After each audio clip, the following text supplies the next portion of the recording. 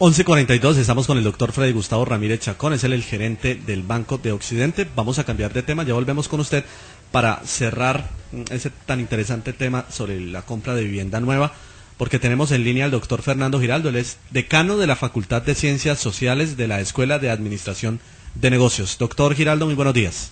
Muy buenos días, un saludo muy especial y gracias por la invitación. Vamos a hablar de la educación. ¿Por qué la educación pública en América Latina ha fracasado? A ver, yo no afirmaría de manera tan contundente que ha fracasado, pero sí creo que se ha deteriorado de manera muy significativa y dramática la calidad de la educación universitaria en América Latina y particularmente en Colombia, y en parte tiene que ver con que las universidades en América Latina tienen dificultades para reconocer la formación y reconocer desde el punto de vista material la formación de los docentes a nivel de maestría y a nivel de doctorado. O sea, quieren tener personal calificado al más alto nivel, pero no reconocerlo desde el punto de vista salarial. Y creo que eso ha afectado mucho. Pero por el otro lado, por ejemplo, como en el caso de Colombia, muchas de nuestras universidades se han convertido simplemente en centros de negocios para la educación superior. Y no invierten los recursos que se obtienen por matrículas o por consultorías, asesorías o investigaciones en el mejoramiento de la calidad de la educación, sino simplemente en el desarrollo de la planta física desde el punto de vista material de las universidades, pero no en la excelencia académica. Y lamentablemente las instituciones públicas, las autoridades públicas no han sido lo suficientemente perentorias y exigentes con las universidades para mantener una presión en elevar la excelencia académica sobre la base de regulaciones que los comprometa a una mayor inversión para lograr ello. Doctor Fernando Giraldo, digamos que no ha fracasado y, como dice usted, está en constante deterioro, pero lo que sí vemos es que falta calidad en la educación. ¿Qué debe hacer el gobierno colombiano para aumentar la calidad en la educación?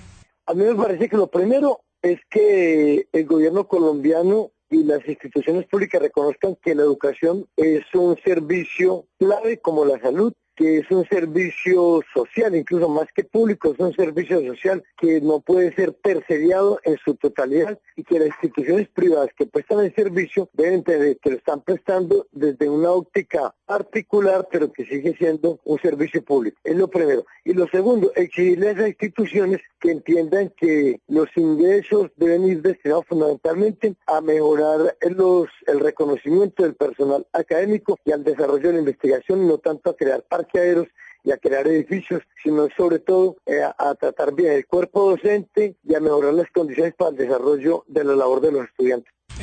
Doctor, si países como Singapur y como Corea del Sur tienen alrededor de 7.000 o más patentes al año, y Brasil, que es el que más patentes tiene en Sudamérica, hace alrededor de 100 patentes, Colombia en promedio hace 10 al año, ¿cuál debe ser el plan en investigación y desarrollo de nuestras universidades para poder algún día llegar a esos niveles?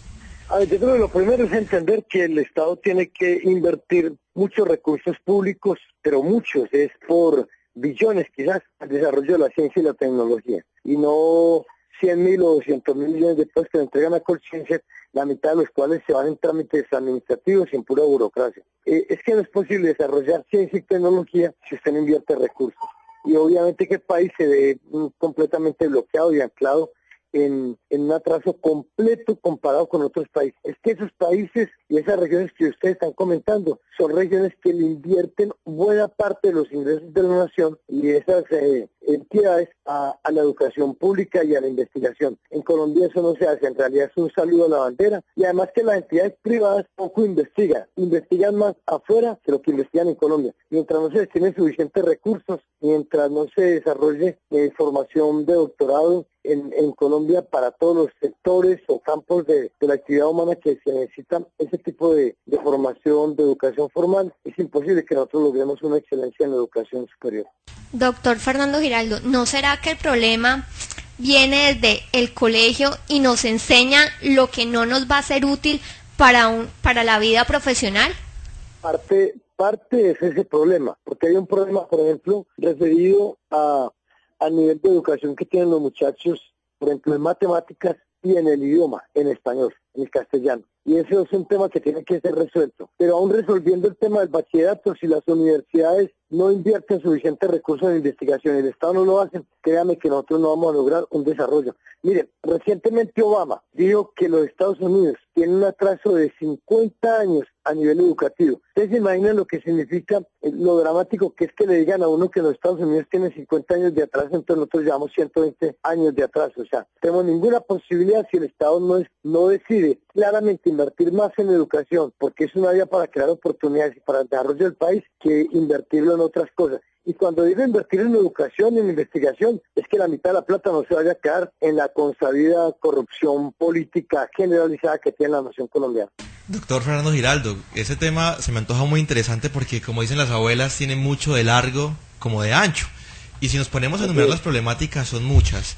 En el sentido de lo mal pagados que son los docentes, en el sentido de que algunos docentes no tienen la especialización o la formación adecuada para enseñar, la poca inversión, el poco o el difícil acceso que tiene un estudiante de un colegio público a una educación superior, y esto se redunda o se reúne básicamente en la falta de inversión social. Mi pregunta es, ¿pueblo pobre, pueblo mal educado? En parte, pero puede haber una sociedad con problemas de desigualdades sociales muy profundas y de problemas de pobreza muy acentuadas como los que se mantienen en Colombia, pero parte de las políticas públicas que estén dirigidas a superar la pobreza, a reducir las desigualdades, pasa por la educación. Ahora, tener educación no es una garantía absoluta de éxito en la vida, como se dice coloquialmente, pero no tener educación es la certeza del fracaso. Yo creo que si un gobierno y una sociedad quiere invertir en el progreso y en las oportunidades para la gente, tiene que apostarle mucho a la educación. Si no lo hace, créame que por otra vía las condiciones son más difíciles. De hecho, porque no siempre que hay desarrollo económico hay empleo, pero por lo menos si se produce educación, una sociedad formada tiene más posibilidades de avanzar en su desarrollo, y obviamente que implica que las personas que se educan tengan la oportunidad de encontrar un ejercicio de la formación que han obtenido. Pero si no hay educación, usted no logra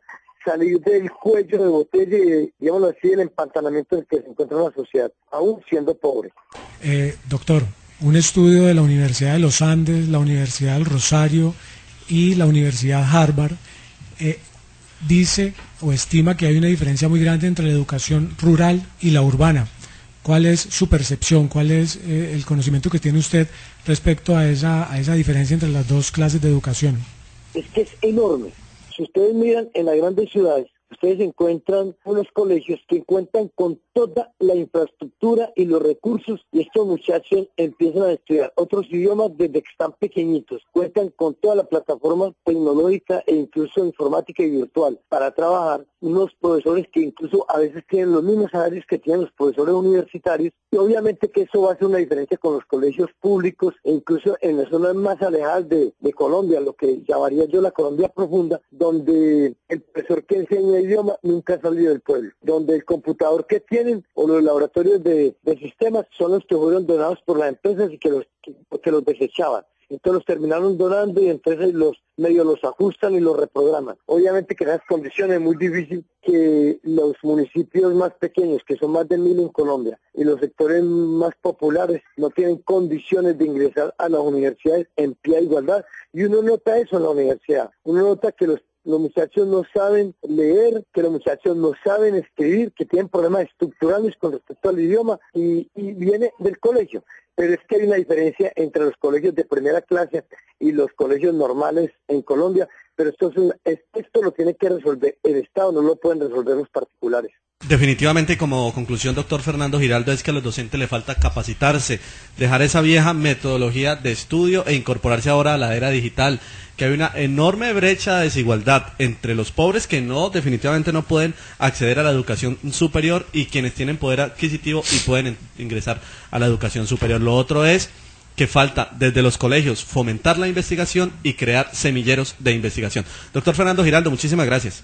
Bueno, muchas gracias a ustedes. Bien, hasta luego.